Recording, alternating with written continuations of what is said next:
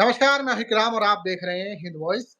हमारे साथ मौजूद हैं एडवोकेट नरेंद्र कुमार जी। बहुत-बहुत स्वागत है सर आपका। नमस्कार।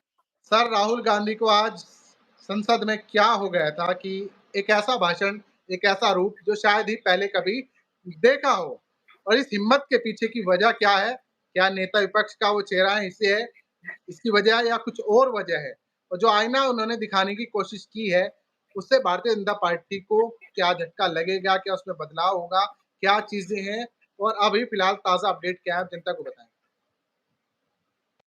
आज संसद के दोनों सदनों में विपक्ष ने अपना असली वो रूप दिखाया जो उसने 2014 से लेकर आज तक नहीं दिखाया। लोकसभा में राहुल गांधी और राज्यसभा में खड़गे ने जो विपक्ष के नेता के रूप में आज राष्ट्रपति के अभिभाषण पर थोड़ा-सा रुकिए, थोड़ा-सा रुकिए। अब कैमरे पे सामने आके बोलिए, शुरू में ही विज़ुअल रुक गया था। आराम से सीधा आके थोड़ा-सा पास आके बोलिए। आज जी। लोकसभा और राज्यसभा में विपक्ष के दोनों नेताओं ने अपना वो रूप दिखाया जो विपक्ष को 2014 से दिखाना चाहिए था।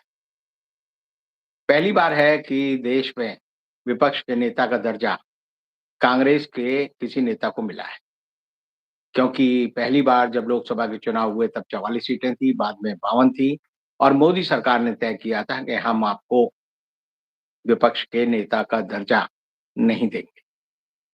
यही नहीं, 2014 से मोदी जी की जिद थी कि मैं विपक्ष के किसी भी नेता को, सांसद को लोकसभा में उपाध्यक्ष नहीं बनाऊंगा।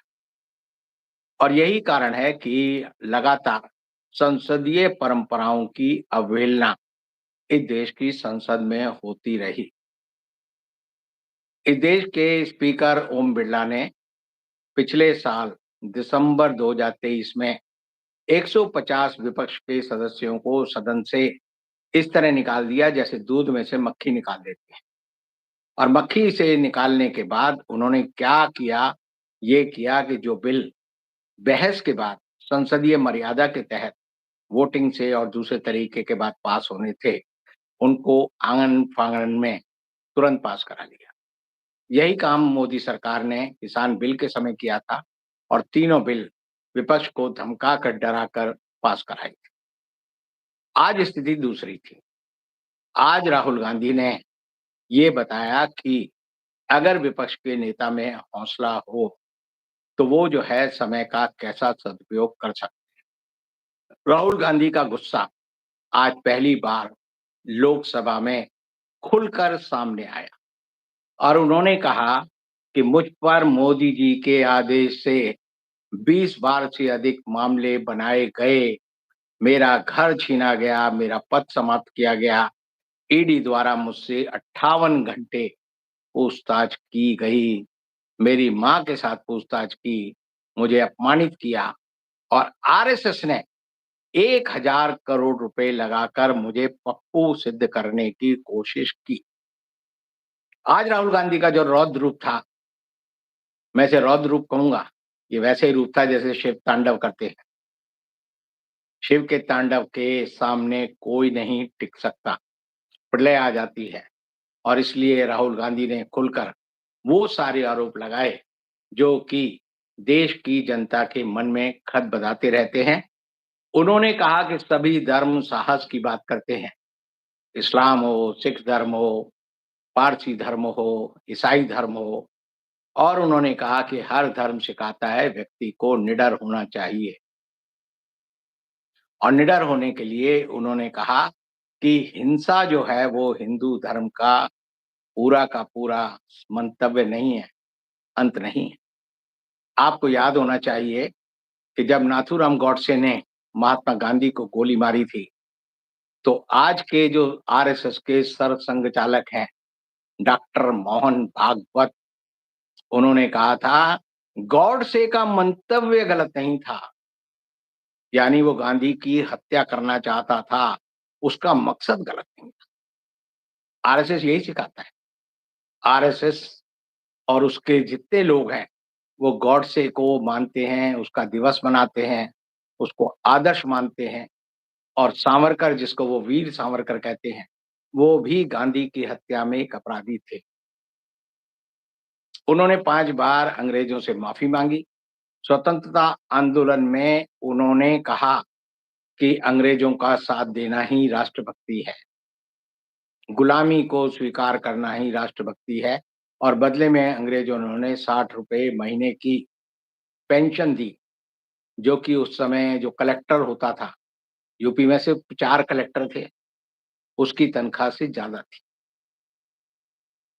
तो आज राहुल गांधी ने जब कहा कि हिंदू कभी भी हिंसक नहीं हो सकता, और भारतीय जनता पार्टी जो ये कहती है, आरएसएस जो कहती है, विश्व हिंदू परिषद जो कहती है कि हम हिंदुओं के ठेकेदार हैं, उससे जो है जहाँ पीड़ा होनी चाहिए थी, जहाँ तीर लगना चाहिए था, निशाने पे वो लगा, और मोदी जी को 2 बार उठकर तिलमिलाकर कहना पड़ा कि ये गलत आक्षेप है।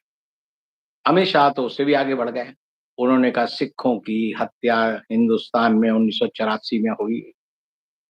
उन्होंने कहा कि ये आरोप गलत हैं, और ये आरोप क्यों गलत हैं? क्योंकि आरएसएस इनका मातृ संगठन है। विश्व हिंदू परिषद की वजह से सब लोग जानते हैं कि बाबरी मस्जिद गिरी, और सुप्रीम कोर्ट के 5 जजों ने, जो पूरे हिंदू थे, राम मंदिर के समर्थक थे, वो भी कानून के हत्यारे थे। उन्होंने खुद कहा है कि बाबरी मस्जिद का गिराया जाना एक आपराधिक कृत्य था। इस कृत्य को करने वाले लोगों को सजा मिलनी चाहिए थी। वहाँ पर जो राम और सीता की मूर्ति रखी गई, वो षड्यंत्र पूर्वक रखी गई, और उन्होंने कहा कि ये कोई सबूत नहीं है कि मंदिर को तोड़कर मस्जिद का ढांचा बनाया गया। लेकिन हम हिंदू हैं, हमारी मान्यता है कि वहाँ पर भव्य राम मंदिर बनना चाहिए। और उसके बाद अडवाणी पे, मुरली मनोहर जोशी पे, उमा भारती पे, बाकी संघियों पे सीबीआई का केस चला, और मोदी के जो प्रोसिक्यूटर थे सीबीआई के, वो बिके हुए आरएसएस के स्वयंसेवक, उन्होंने सिद्ध कर दिया अडवाणी जी की कोई गलती नहीं, मुरली मनोहर जोशी जी की कोई गलती नहीं, उमा भारती की तो गलती थी ही नहीं। और सबको सुप्रीम कोर्ट के न्यायाधीश ने कहा, वो जो सीबीआई के न्यायाधीश हैं, उन्होंने कहा हम इन्हें बरी करते हैं। लेकिन भाई, एक संगठन था जो इसमें शामिल था, जो विश्व हिंदू परिषद है, उसको क्यों सीबीआई ने छोड़ दिया? सीबीआई के जज की आँख फूट गई थी, और आँख तो यूपी की योगी सरकार की भी फूट गई थी कि उसने अपील नहीं की। आज तक अपील नहीं हुई है। ये सरकारें बेईमान सरकारें हैं। मैंने जब पीवी नरसिम्हा राव के खिलाफ मुकदमा डाला, तो दिल्ली की अजीत बलयोग की सरकार ने उसे 3-3 साल की सज़ा दी, लेकिन सीबीआई ने अपील नहीं की। और अपील की, जब मैंने अपील डाली हाई कोर्ट में, रिव्यू पिटीशन डाली, रिवीज़न पिटीशन डाली, तो उसके बाद जो है, ऐसी लचर दलीलें दी सीबीआई ने, और फिर सुप्रीम कोर्ट भी नहीं गए। तो सीबीआई नाम की जो संस्था है, जो केंद्र सरकार के अंगूठे के नीचे काम करती है, वो निहायत ही नकारा, नालायक और बेहुदा आरएसएस के लोगों से भरी हुई है। जेएमएम-एमपी केस में मैं आज कह सकता हूँ कि जो आईओ थे, वो आरएसएस के सरसंघ चालक के रिश्तेदार थे। गुप्ता जी नाम था उनका। बाद में उनकी बीवी मानसिक तौर पे पागल हो गई थी, उनकी डेथ हो गई, तो उसके बारे में मैं बात नहीं करूँगा। लेकिन वो आदमी आरएसएस का था। वो मुझे समझता था मैं आरएसएस का हूँ। दोनों जो एसपी थे, वो भी समझते थे मैं आरएसएस का हूँ, क्योंकि मैंने आरएसएस के कहने पे केस डाला है। और जो डीआईजी थे, वो भी समझते थे, श्रीवास्तव, कि मैं आरएसएस का आदमी हूँ। और उन्होंने मुझे कहा, "रविंद्र जी, आपने आरएसएस तो की वैसे बड़ी सर सेवा आप की।" हैं किसके आदमी? लोग कहते हैं आप कांग्रेसी हैं, पक्के कांग्रेसी हैं। कांग्रेस के खिलाफ तो मैंने प्रदर्शन किया, कांग्रेस के खिलाफ मैंने जेएमएम-एमपी ब्राइबरी केस डाला। सोनिया गांधी कांग्रेस की नेता, देश की प्रधानमंत्री ना बने 2004 में, तो सोनिया गांधी के खिलाफ मैंने, जो सोनिया गांधी की सिटीज़नशिप का केस है, वो डाला। राजीव गांधी फाउंडेशन में जो घपला है, उसका डाला। मैं किसी के साथ नहीं हूँ, जो भी सत्ता में प्रधानमंत्री होगा, जो भी सत्ता में राष्ट्रपति होगा, जो भी सत्ता में उपराष्ट्रपति होगा, जो भी बेईमानी करेगा, मैं उसके खिलाफ हूँ। ऐसी बात नहीं है। आईबी वाले मेरी पूरी रिपोर्ट रखते हैं। वो बताते हैं जी आप तो हर एक के कुछ ना कुछ करते रहते हो। तो मैंने कहा भई ये मेरी आदत है, अब मैं क्या कर सकता हूँ? बचपन से मैंने एक ही चीज़ सीखी है कि सत्य का साथ देना है, देश के संविधान का साथ देना है और लोगों को सिखाना है कि इस कानून से बड़ा कोई आदमी नहीं है। मेरे पास एक कांग्रेस के बड़े नेता आए, उन्होंने कहा नरसिम्हा राव पे जब आपने केस डाला था उस समय क्या नरसिम्हा राव देश के प्रधानमंत्री थे? मैंने कहा मैंने 22 फरवरी दो 1996 को केस डाला था, उस समय नरसिम्हा राव प्रधानमंत्री थे। भजन लाल हरियाणा के मुख्यमंत्री थे, वीरप्पा मोइली कर्नाटक के मुख्यमंत्री थे। मैंने 31 सांसदों के खिलाफ केस डाला था। उसमें वीसी शुक्ला भी शामिल थे, बूटा सिंह भी शामिल थे। मैंने उनको सज़ा कराई और किसके खिलाफ कराई? प्रधानमंत्री के खिलाफ, सिटिंग प्राइम मिनिस्टर के खिलाफ। और आज जो नई न्याय संहिता, न्याय प्रक्रिया संहिता जिसका ढोल पीट रहे हैं, उसमें आखिरी धारा क्या है कि मंत्री और राष्ट्रपति के बीच में जो कम्युनिकेशन होगा, उसके बारे में कोई अदालत बात नहीं करेगी। इसका मतलब राष्ट्रपति की हैसियत कुत्ते के बराबर बना दी है इन्होंने। उसको धमकाते हैं चिट्ठियाँ लिख के और कहते हैं ये चिट्ठियाँ जो है अदालत के सामने नहीं आनी चाहिए। भाई कोई भी चीज़ जो कि मंत्री राष्ट्रपति को लिखता है और राष्ट्रपति मंत्री को लिखता है, वो कॉरेस्पोंडेंस में ऐसी कौन-सी बात है जो जनता को नहीं पता चलनी चाहिए? वो ये है कि अभी मैं केस डालूँगा नरेंद्र मोदी जी के ऊपर और वो केस है जो पीएम केयर फंड में घपले की है। उसमें राष्ट्रपति को मैं चिट्ठी लिखता हूँ और राष्ट्रपति के यहाँ से प्रधानमंत्री को चिट्ठी जाती है। वो अदालत के सामने नहीं आनी चाहिए। यानी कि समझो कितनी दूर की सोचते हैं लोग।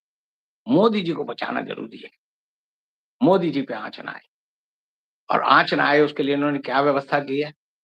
नई जो दंड प्रक्रिया संहिता है, जिसका नाम रखा है बीएनएसएस, उसमें लिखा है दिल्ली सरकार का जो पब्लिक प्रोसिक्यूटर होगा, एडिशनल पब्लिक प्रोसिक्यूटर होगा। दिल्ली सरकार किसकी है? अरविंद केजरीवाल की है। केजरीवाल उसे अपॉइंट नहीं करेगा, उसे केंद्र सरकार अपॉइंट करेगी।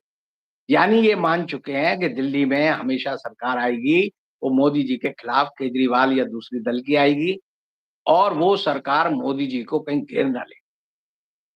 तो उसको मोदी को बचाने के लिए, मोदी के मंत्रियों को बचाने के लिए दिल्ली को दिल्ली के जो public prosecutor, additional public prosecutor है, उसका चयन जो है केंद्र सरकार करेगी। इसका सीधा मतलब क्या है कि पब्लिक प्रोसिक्यूटर और एडिशनल पब्लिक प्रोसिक्यूटर के पद का सरकारें दुरुपयोग करती हैं। सरकार उसको इंस्ट्रक्शन देती है, तेरे को क्या करना है, क्या नहीं करना है। और इससे आप समझ सकते हैं कि कितनी डरी हुई सरकार। ये सरकार जो कहती है हम संविधान की रक्षा करेंगे, आज जय संविधान बोल रहे थे मोदी जी। बीजेपी वाले ही बोले थे जय संविधान। भाई संविधान की हत्या तो तुमने जो है 13 दिसंबर, 14 दिसंबर, 15 दिसंबर, 16 दिसंबर, 17 दिसंबर को 2023 में ही कर दी थी, जब 150 सांसदों को निकाल दिया और फिर कहा कि हम ये बिल पास करा रहे हैं। और आज अमित शाह ने क्या कहा टेलीविज़न पे? हमने देश के सुप्रीम कोर्ट के जजों को चिट्ठी लिखी। हमने विपक्ष के नेताओं को बताया। अरे विपक्षी नेताओं को चिट्ठी लिखी और उनके बाद उनको घुसना बंद कर दिया। ये ऐसी है जैसे मेरा मुँह बाँध दो, मेरे हाथ बाँध दो और फिर कहो हाँ बताओ, अपनी राय दो। तो ये सरकार किसी भी तरह की विरोधी आवाज़ से डरती है। इनके पास तर्क नहीं है। आज खड़गे जी जो राज्यसभा में दहाड़ रहे थे, तो उन्होंने उद्धृत किया सरदार पटेल को और उन्होंने कहा सरदार पटेल ने कहा था कि आरएसएस ने जो पूरे देश में वातावरण बनाया उसकी वजह से गांधी की हत्या। तो देश के उपराष्ट्रपति ने कहा ये जो है नहीं जाएगा। मैं इसे एक्सपंज कर रहा हूँ। मैं इसे नहीं जाने दूँगा। जब खड़गे ने कहा कि 2 जुलाई 2023 को सीधी में मध्य प्रदेश में एक दलित युवक के ऊपर पेशाब किया गया, खड़गे जी ने कहा ये नहीं जाएगा। इतिहास को आप अपने हिसाब से लिखना चाहते हैं। अब सब लोग जानते हैं कि इस समय हर पद पर जो आदमी बैठा है वो आरएसएस का है। देश के जो स्पीकर हैं ओम बिड़ला, वो तो आरएसएस का गणवेश पहन के घूमते हैं। निक्कर वही हाफ निक्कर, हाफ पैंट उनकी बहुत सारी फ़ोटो हैं। मोदी जी की बहुत सारी फ़ोटो हैं, हाफ पैंट पहने हुए हैं। नड्डा जी की फ़ोटो है, हाफ पैंट पहने हुए हैं। उपराष्ट्रपति हाफ पैंट पहने हुए हैं। राष्ट्रपति की अभी तक मैंने फ़ोटो नहीं देखी, हो सकता है पहने या ना पहने। आपको आरएसएस से इतनी चिढ़ क्यों है? वो तो एक तरह से जो है सांस्कृतिक कार्यक्रम उसका हिस्सा है और उस वो संगठन है, सांस्कृतिक का मेरे को कोई संगठन है। चिढ़ ही नहीं है आरएसएस से। मैंने एक आरटीआई लगाई थी आरएसएस के बारे में कि भई तुम अपना संविधान दो, तो आरटीआई के जवाब में आरएसएस की कई कार्यकर्ता, कई बड़े नेता मेरे घर आ गए। बोले, "रविंद्र जी क्यों माँग रहे हो? क्यों हमारे गड़े मुर्दे उखाड़ रहे हो?" अगर किसी संस्था का अपना कोई कानून है, memorandum of association, article of association, वो देने में कोई हर्ज है? वो नहीं देंगे। आप आरएसएस से पूछो भई तुम्हारा जो है बैंक अकाउंट नंबर क्या है? वो नहीं देंगे।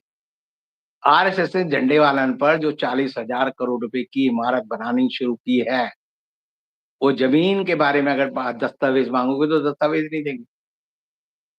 बहुत सारे आरएसएस के स्वयंसेवक कहते हैं यहाँ पर पहले कब्रिस्तान था, उस कब्रिस्तान की ज़मीन को इन्होंने हथिया लिया, इसीलिए इमारत तो बन गई है, लेकिन अभी उसका उद्घाटन नहीं हुआ, 100वाँ साल आरएसएस का है। आरएसएस से मेरी कोई लड़ाई नहीं है, नक्सलियों से भी मेरी कोई लड़ाई नहीं है, लेकिन नक्सली को ये कहते हैं ना ये जो है देश के दुश्मन है, ये अर्बन नक्सल हैं। राहुल गांधी के बारे में इनके एक प्रचारक हैं, जो कि आजकल Indira Gandhi centre for art and culture के अध्यक्ष हैं। राय साहब उनका नाम है, मेरे पुराने दोस्त हैं। वो कहते हैं राहुल गांधी जो है अर्बन नक्सलों की कैद में है। राम बहादुर राय का कहना है कि अर्बन नक्सल की कैद में हैं और आरएसएस ने क्या ठाना है? आरएसएस कहती है सुर्री लगाते रहो राहुल गांधी के और ये सिद्ध करते रहो कि प्रियंका वाड्रा ज़्यादा अक्लमंद है, राहुल गांधी मंदबुद्धि है, ताकि भाई-बहन में झगड़ा हो, फूट डालो और राज करो। ये आरएसएस की नीति है। आरएसएस के जो सिद्धांत हैं, आरएसएस अपने सिद्धांतों पर बहस नहीं करेगा। उन्होंने चोला ओढ़ा हुआ है। बार-बार आज जो देश के उपराष्ट्रपति हैं, राज्यसभा के सभापति हैं, वो कह रहे हैं ये एक बड़ा स्वयंसेवी संगठन है, इसका बड़ा महान इतिहास है, इसने बड़ी लोगों की सेवा की है।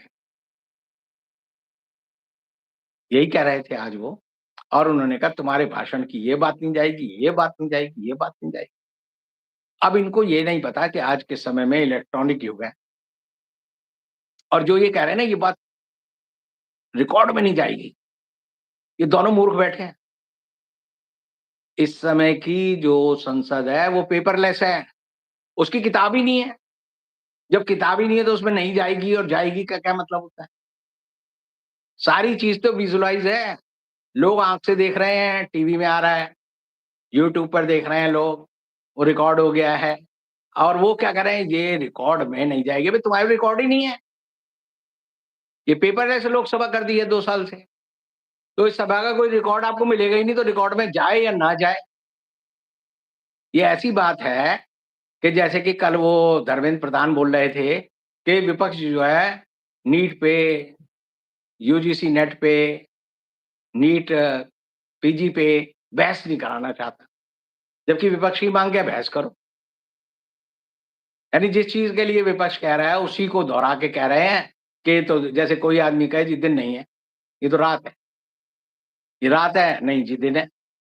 भाई शब्दों को दिन-रात में बाँधने से क्या फ़ायदा? एक तर्क है, तर्क का जवाब तर्क से दो, अकल का जवाब अकल से दो। लेकिन जब अकल और तर्क ना हो, तब ऐसा लगता है उनको कि भई हम शोर मचाएँ। आज जो संसद में बहस हुई, आप इस बात को लिख लीजिए, इसकी गूंज बड़ी दूर तक जाएगी।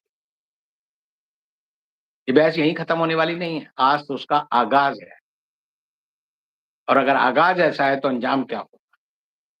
एक लड़ाई जो कि बहुत सालों से हिंदुस्तान के मानस पर चल रही है। डॉक्टर राम मनोहर लोहिया कहते थे, 2 तरह के हिंदू हैं, एक उदार हिंदू है, एक कट्टर हिंदू।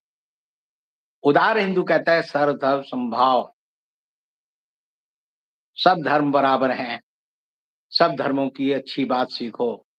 अकबर ने कहा था दीन-ए-इलाही उसका मतलब था हर धर्म के जो सार तत्व है उसको पकड़ लो। और एक होता है कट्टर हिंदू। कट्टर हिंदू कहता है जिनके ज़्यादा बच्चे हैं इनसे सावधान रहो, जो ज़्यादा शादियाँ करते हैं ये तुम्हारे दुश्मन हैं, ये तुम्हारी भैंस छीन के ले जाएँगे, ये तुम्हारी 2 घर हैं, 2 कमरे हैं तो 1 कमरा छीन लेंगे, ये लुटेरे हैं, ये तुम्हें दबाने आए हैं, तुम्हारी हर चीज़ लूट लेंगे। और धर्म कहता है जो असली धर्म है, धर्म का मतलब है सिद्धांत। अष्टादश पुराणेषु व्यासस्य वचनम परोपकार पुण्याय पापाय परपीडनम। हिंदू धर्म का सार है ये और हर धर्म का सार है। बुद्ध की करुणा हो, नानक की मानवता हो कि भई हर चीज़ को बाँट के खाओ। ईसाइयत में कहते हैं कि भई हर एक को जो है क्षमा कर दो। ईसा ने कहा था ये नहीं जानते कि ये क्या कर रहे हैं। तो आप समझिए धर्म के असली तत्वों की जगह जब ये लोग धर्म के नाम पर हिंसा फैलाते हैं और धर्म का इस्तेमाल क्या करते हैं? वोट लेने के लिए और नोट लेने के लिए। राम मंदिर के नाम पे 4500 करोड़ रुपए लेकर एक-एक ज़मीन को 10 लाख की ज़मीन को पहले 20 लाख का किया, 20 लाख की को 8 करोड़ का किया, 8 करोड़ की 15 करोड़ किया, सारा पैसा जेब में। चंपत राय चंपत होने वाले हैं, नाम ही उनका चंपत राय है, उनके माँ-बाप को बचपन में ही पता था। ये बड़ा चंपत किस्म का लड़का है और उसको मोदी जी ने कहा इन्हें मंत्री बना दो। नृपेंद्र मिश्रा अब नहीं बोलते वो कि भई अयोध्या में जो है क्यों सड़क धँस रही है, क्यों राम जी का मंदिर टपक रहा है, क्यों अयोध्या के लोग इनको गाली दे रहे हैं। सारा पैसा गुजरातियों को दे दिया, सारे ठेके गुजरातियों को दे दिए। हिंदुस्तान में आज के दिन जितने भी ठेके हैं, वो गुजरातियों को मिलते हैं और गुजराती बड़े चतुर हैं। पहले वो जानते थे कि मोदी जी के यहाँ जाएँगे, नृपेंद्र मिश्रा से मिलेंगे, पीके मिश्रा से मिलेंगे। अब उन्होंने कहा नहीं, नहीं, नहीं अब रास्ता जो है दिल्ली का रास्ता कहाँ से जाता है? अमरावती से। तो वो टीडीपी वाले के पास जाने लगे हैं। और जो नीतीश कुमार ने जिस संजय झा को अपना कार्यकारी अध्यक्ष बनाया है, वो इसीलिए बनाया है कि नीतीश कुमार की जगह संजय झा के माध्यम से जाओ और अपनी फाइल क्लियर कराओ। ये नया काम शुरू हो गया है देश में, लेकिन ईडी 2 घरों में नहीं जाएगी, उसको रोक लगी हुई है। चंद्रबाबू नायडू के घर में नहीं झाँकना और संजय झा के घर में नहीं झाँकना, क्योंकि सरकार गिर जाएगी। सरकार को बचाना ज़रूरी है और सरकार को बचाना इसलिए ज़रूरी है क्योंकि मोदी जी के जो अन्नदाता हैं, अडानी, अंबानी उनको बचाना ज़रूरी है। तो कुल मिलाकर सारा लुब्बो-लुभाव ये है कि आज संसद में जो बात हुई, वो ऐसी बात हुई जो बीजेपी ने, मोदी जी ने, आरएसएस ने, विश्व हिंदू परिषद ने सोची नहीं थी। और इसीलिए आप देखेंगे कि हिंदू को डर और नफ़रत फैलाने वाला बताने वाले लोगों के सामने अखिलेश यादव और राहुल गांधी ने किसे खड़ा कर दिया? अवधेश सिंह को खड़ा कर दिया, अवधेश सिंह पासी को। पासी जो है वो एक शेड्यूल कास्ट है और अयोध्या फैजाबाद सीट जो है वो जनरल सीट है। एक जनरल सीट से एक एससी-एसटी को जिताकर जो दाँव खेला गया और जिस तरह वहाँ की जनता ने मोदी जी को राम के नाम पर वोट लेने वाले सौदागर को जिस तरह हराया, उसके बाद वाक़ई मोदी जी, योगी जी, सारे जी जो है बड़े परेशान हैं और आप समझ लीजिए, अब जो लड़ाई है, वो भारत के संविधान की रक्षा को लेकर और भारत के संविधान के मूल्यों की रक्षा को लेकर होनी है और सबसे बड़ा इस समय कसौटी पे अगर कोई आदमी है, तो वो देश के प्रधान न्यायाधीश डी.वाई चंद्रचूड़ हैं। मैं आज पार्लियामेंट में भी गया, मैं आज हाई कोर्ट भी गया, मुझसे 2 लोगों ने 2 सवाल किए, क्या डी.वाई चंद्रचूड़ 8 जुलाई को वैसे ताकतवर न्यायाधीश के रूप में मिलेंगे जो संविधान की रक्षा कर सकता है?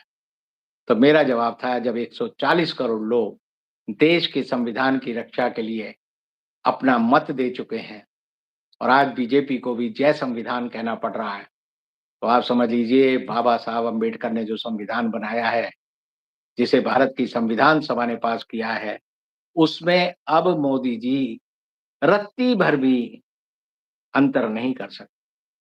संविधान की ही जीत होगी और जितने भी सांप्रदायिक ताकतें हैं, उन सबके पराभव का समय शुरू हो गया है। ये मेरा मानना है। लेकिन यहाँ पर एक शख्स है राजीव ठाकुर जी, उनका ये कहना है कि आपको भी लंदन या कनाडा से मलाई मिलने की आस है। आप भी लिबरल गैंग के पुरोधा हैं, योद्धा हैं। शायद आप इसीलिए इतनी जो है विरोध वाली बात कर रहे हैं मोदी सरकार की और ये लिबरल आरएसएस। गैंग क्या होता है? लिबरल गैंग, कट्टर गैंग, गैंग शब्द का मतलब होता है गुंडे। लिबरल गुंडा नहीं होता। आप कहो उधार डाकू, तो मैं एक उधार डाकू की कहानी सुनाता हूँ ना, कि एक बार एक आदमी था, वो बड़ा जब घर पहुँचा तो बड़ा कुटा-पिटा था, लुटा-पिटा था। लाल रंग का कच्छा पहन रखा था। सारे शरीर में मिट्टी लगी हुई थी, खून बह रहा था। उसकी बीवी ने कहा, "क्या हुआ?" कहती है, "रास्ते में मुझे डाकुओं ने पकड़ लिया। पहले तो उन्होंने मुझे नंगा किया, फिर मुझे खूब पीटा, फिर सारा सामान लूट लिया। जब मैंने कहा, भाई मुझे घर जाने दो, मेरी एक बीवी है, 2 बच्चे हैं।" तो उसने कहा, "अच्छा।" उसने मुझे एक लाल रंग का कच्छा दिया, कि ले लंगोट पहन ले ये, और उसने मुझे ₹500 दिए, खाना खिलाया, बोला घर चला जा। उसकी बीवी बोली, "बहुत, कितना उदार डाकू था। भगवान करे ऐसा डाकू सबको मिले। भगवान करे ऐसा डाकू सबको मिले।" और उस औरत की बात जो है भगवान ने सुन ली। 10 साल से देश को उधार डाकू मिले हुए हैं, बुद्धिमान डाकू मिले हुए हैं, लिबरल डाकू मिले हुए हैं। भाई डाकू डाकू होता है, हत्यारा हत्यारा होता है। हत्यारे को अगर आप जस्टिफाई कर रहे हैं तो समझ लीजिए आप जो है कहीं न कहीं हत्यारे के साथ सहानुभूति रखते हैं और आपके मन में भी एक हत्यारा बैठा। बहुत-बहुत शुक्रिया सर। बड़े मज़ेदार किस्से होते हैं आपके, लेकिन उनसे बहुत कुछ सीखने को मिलता है। दर्शकों का ये कहना है और लगातार कमेंट करते रहते हैं और कल मैंने जैसे बोला था, लोगों ने कमेंट करके बताया कि वो दुनिया के अलग-अलग कोने से आपको सुन रहे हैं। मैंने भी पढ़ा, हमें मैंने भी जी, जी। तो हमें उम्मीद नहीं थी कि दुनिया के अलग-अलग देशों से जहाँ हमारे देश के लोग रह रहे हैं, वो देख रहे हैं, सुन रहे हैं। आज भी कमेंट कीजिएगा, पता तो चले कि हम लोग कहाँ-कहाँ पर देखे जा रहे हैं और चैनल को सपोर्ट ज़रूर कीजिए। सब्सक्राइब किए बिना ना जाएँ, पहली बार देख रहे हैं, शेयर कीजिएगा। कल फिर मुलाकात होगी सर के साथ, नई जानकारी के साथ। तब तक के लिए देखते रहें हिंद वॉइस। शुक्रिया सर। नमस्कार, शुभ रात्रि।